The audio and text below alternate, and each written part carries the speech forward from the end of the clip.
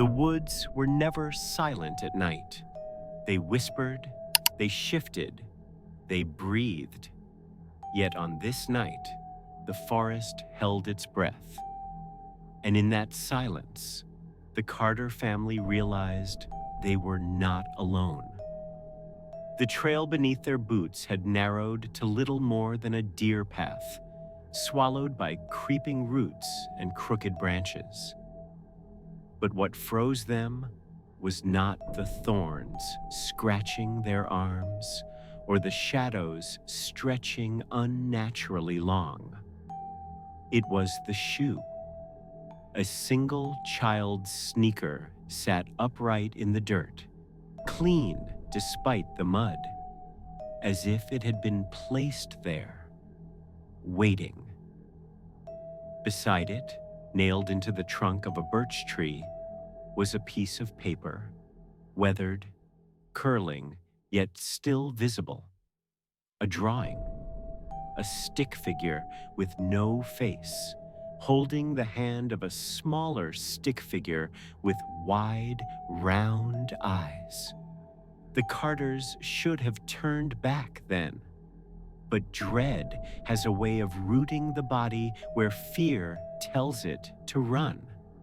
The Carter family had not meant to wander this deep. It was supposed to be simple, a Saturday hike before the school year began again. Jason Carter, a father who carried more silence than words, had led his wife, Emma, and their 12-year-old daughter, Lily, onto the trail with the ease of habit. He was a man who believed the woods could clear a mind, but his daughter did not share the same peace. Lily walked behind, her eyes catching shadows that stretched too far, shapes that seemed to twitch when she stared. Her mother reassured her, soft and gentle, that the woods were only old, only alive with harmless sounds. Yet Lily could not shake the feeling of being followed. Every step pressed the air heavier around them, and when she whispered, "Do you hear that?" no one answered, because the Carters did not hear what she heard. The faint scratching, the slow, measured breathing just out of sight.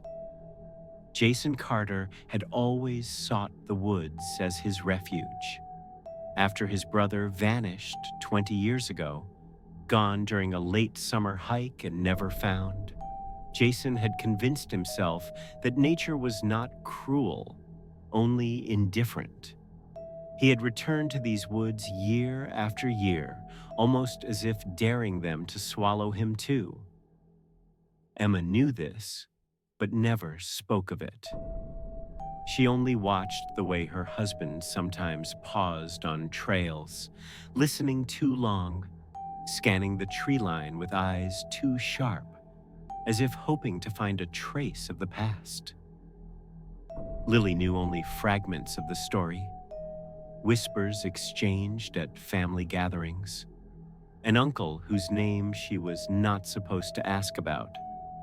She did not know that the very woods they walked today were the same ones her father had searched as a boy, desperate to hear his brother's laugh again.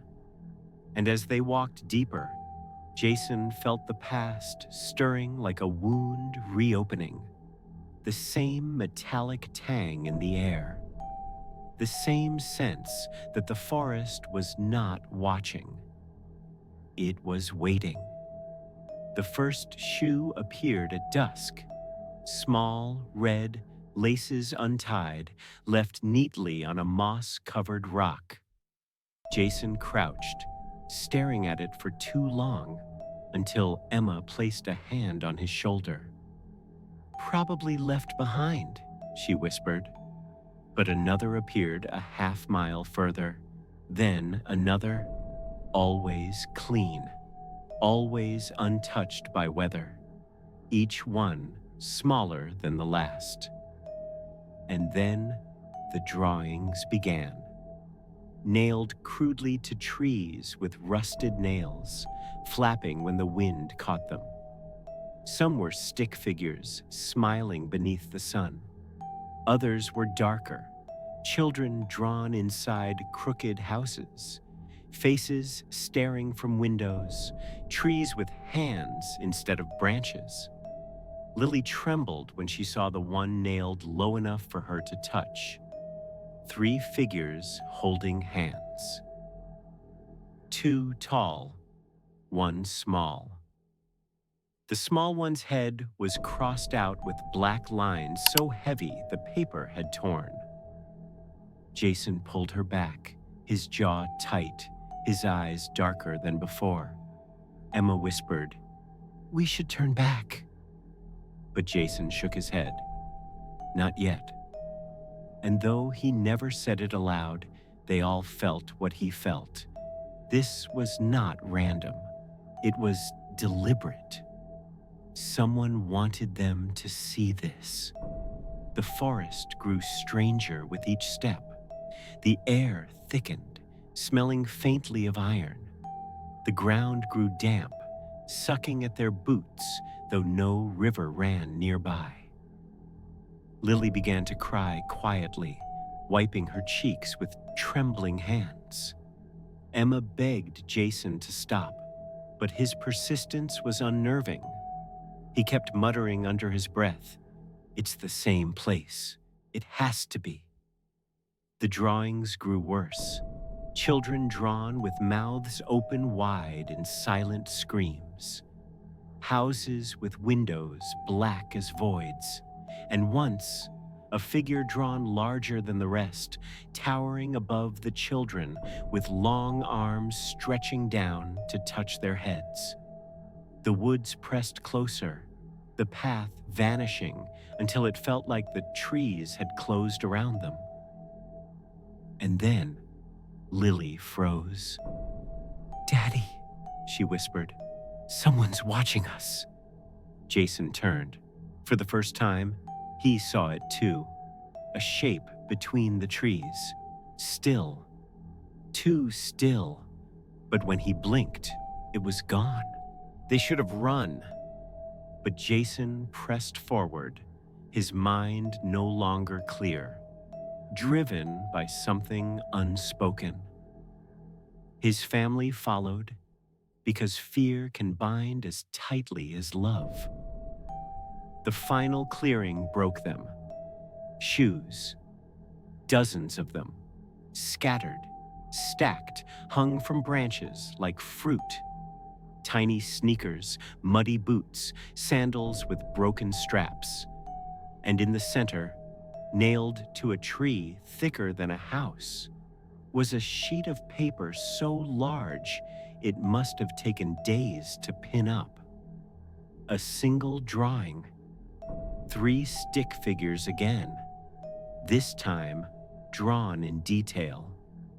Jason, Emma, Lily, their names scratched beneath in shaky letters, and above them, in childlike scrawl, words that made the forest fall silent. "You came back," Lily screamed, clutching her mother, while Jason staggered forward as if struck. His breath broke. He reached up, touching the paper with shaking fingers. Emma shouted at him to stop, but Jason whispered, almost to himself, "It was him. He never left." The woods erupted with sound, rustling, footsteps too many to count, breathing from all sides. Shoes dangling from branches, swayed through their fuzz no wind. Jason shouted for them to run. The Carters fled, tearing through the undergrowth, shoes crunching over roots and rocks. The forest seemed endless, paths looping, shadows darting just ahead. Lily swore she felt small fingers brush against her arm as she ran, cold and desperate. But somehow, After what felt like hours, they stumbled back onto the main trail. The woods behind them fell silent again, as if mocking their escape. They did not speak until they reached the car. Not as they slammed the doors shut. Not as Jason's hands shook so badly he could barely start the engine. Only when the headlights cut through the first stretch of open road did Emma whisper, "We're never coming back." And Jason, eyes locked on the rearview mirror, though nothing followed, nodded. No, never again. The forest gave no answers. No news report ever mentioned the shoes, the drawings, or the whispers that stalked them. The Carters told no one beyond each other, bound by the terror of what they saw. But sometimes, late at night, Lily swore she could hear nails being hammered into wood. And Jason, who had once sought comfort in the woods, never walked into them again. He knew now what had become of his brother. Some mysteries are not meant to be solved. Some trails are not meant to be walked twice. And sometimes, the forest is not a place of peace. It is a place of memory. It does not forget, and it never lets go.